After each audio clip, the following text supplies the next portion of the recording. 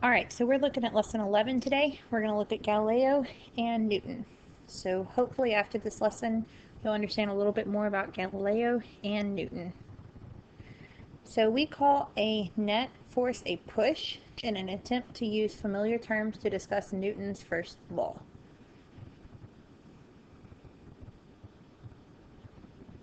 Many great thoughts seem to be obvious after they have been explained properly.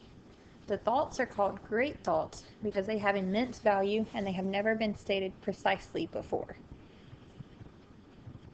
We give Galileo, who was born back in 1564 and died in 1642, credit for stating the principle of inertia. The word inertia describes the resistance of every physical body to a change in velocity. So he was the first one to explain inertia. Now for Newton, we have three laws that we're going to look at for him. Newton's first law says an object at rest will remain at rest unless it experiences a net external force. An object in motion will continue in motion at the same speed and in the same straight line direction unless it experiences a net external force. So if you roll a ball on the floor, it's going to continue in motion at the same speed unless it experiences a net external force. Now you know probably from previous experience that your ball eventually stops, and that's because it has an external force called friction on it. If there was no friction, then the ball would keep rolling indefinitely. So a reference frame in which Newton's first law holds is called an inertial reference frame. Usually the problems will consider only one or two dimensions, and every observer thinks he is standing still. We talked about our observer. You have an observer, you as an observer, you start with your head, and so you keep going with that thought. A reference frame that is moving at a constant velocity with respect to inertial reference frame is also an inertial reference frame. So if you have something that's going at a constant velocity, then you can use that as your reference frame. Newton's first law does not apply in a reference frame that is accelerating with respect to an initial reference frame, because in the accelerating reference frame, objects change their velocities and no outside force has been applied. So you can have constant velocity, but you can't have a change in acceleration. An inertial reference frame is an ideal reference frame that only exists in our minds. In actuality, it doesn't work. But for most of the problems that we're going to do in this physics class, we're trying to make them basic. They're not going to be actual real life 100% because we are trying to make them ideal. So inertial reference frames, they're ideal. They only exist in our minds. When you go to real life problems, they're not exactly like that. But we learn a lot about them, and then we can learn more about the real life stuff in later physics class if you're interested in that. So a reference frame attached to the Earth is not quite an inertial reference frame because of the small acceleration caused by the Earth's rotation about its own axis and by the Earth's movement about the Sun. So that's why we say ideal reference frame. Doesn't actually happen in real life. However, a reference frame attached to the Earth is the best approximation that we have available. So that's what we're going to use.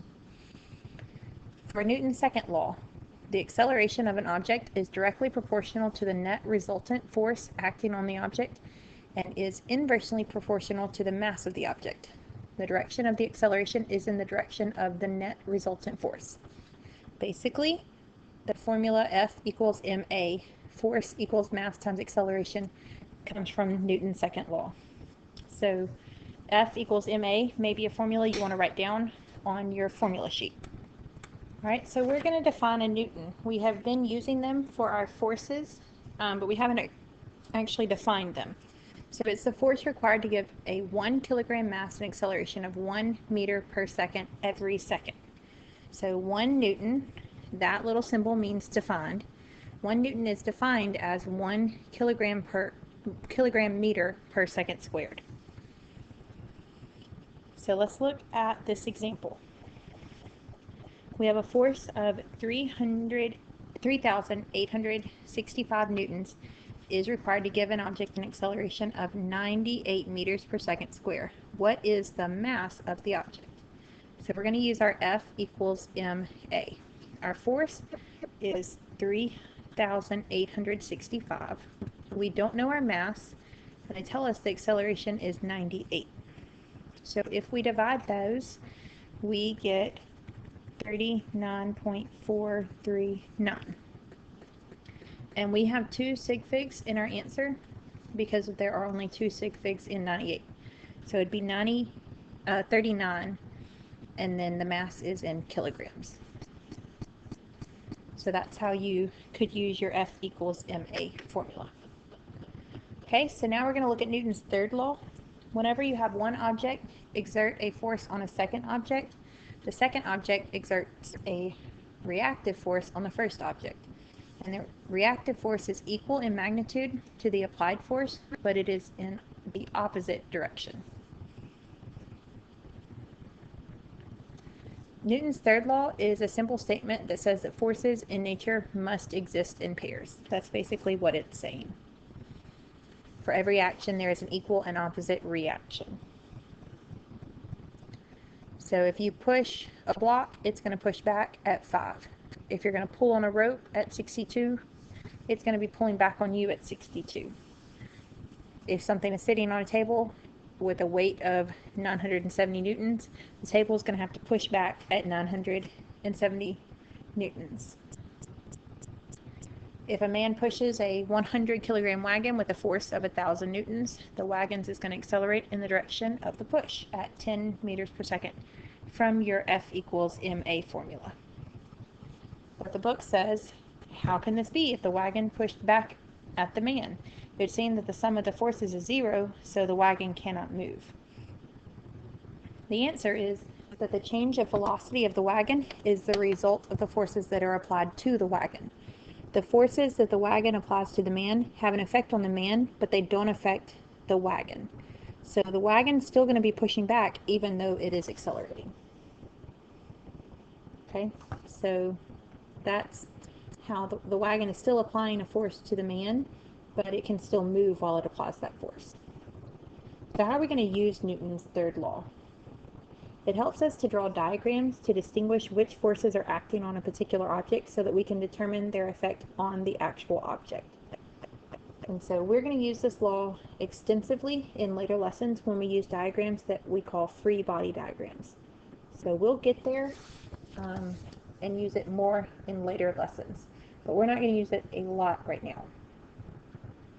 So whenever we want to use Newton's second law and we have an answer with funny units, we can get the units we want by multiplying by either kilogram meter over Newton second squared or Newton second squared over kilogram meter. So we can develop both of those by using Newton's second law. And so I'm going to use F equals ma. And we have 1 Newton. Mass is 1 kilogram. And we'll say acceleration is 1 meter per second squared. And so 1 here, if we divide by Newton, we would get kilogram times meter over Newton times second squared. Or you can do it the other direction. You can divide by kilogram meter over Newton's square over second squared, and you'll get the other multiplier that you have. They call the ratio whose value is a 1 the Newton unit multiplier, and that's just so that you can get your correct units on whichever problem you're trying to use. Alright, so we're going to look at another example. A sled whose mass is 42 kilograms is accelerating across the snow at 10 meters per second. What do Newton's 3 laws tell us about this situation? So the first law, the velocity is changing because it has an acceleration. So that means that your velocity is changing. So you have to have an unbalanced force acting on the sled. That's all that his first law tells us. For the second law, we can find the force from F equals ma. So the acceleration, well, the mass is 42, and the acceleration is 2.0 at 10 degrees. So if you multiply, you get 84 at 10 degrees, and newtons are your units for force. So that's what the second law tells you. That's the force acting on the sled. And then the third law tells us that the force on the sled is 84, so the sled has to push back with an 84 Newton force in the opposite direction. So that's all that the three laws tells us.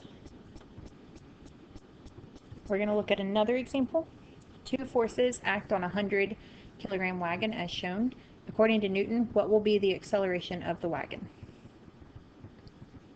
Alright, so our force equals mass times acceleration. So the force, if we're pushing 40 this way and 60 that way, 60 is bigger, so we're really going to be pushing the wagon 20 this direction. So 20, and the direction, I'm going to put it on an XY. The degrees is going to be 180 because we're going due west. If it had been going east, that would have been 0 degrees. So our force is 20 and then 180 degrees, and the mass is 100, and we're looking for the acceleration. So if you divide, you'll get 20 divided by 100 is going to be 0.2, and then the angle doesn't change, so that's your acceleration. And we only have one sig fig on all of these numbers, so 0.2 is one sig fig, so 0.2 at 180, and then units for acceleration are going to be meters per second squared. So that would be your answer for that one. So these are pretty basic problems right now. We're just trying to get a little bit of a grasp on using Newton's first, second, and third laws. So your homework is 1 through 20, and again, don't forget to look at the curveball questions and read through those, think about them before you read the answers to them.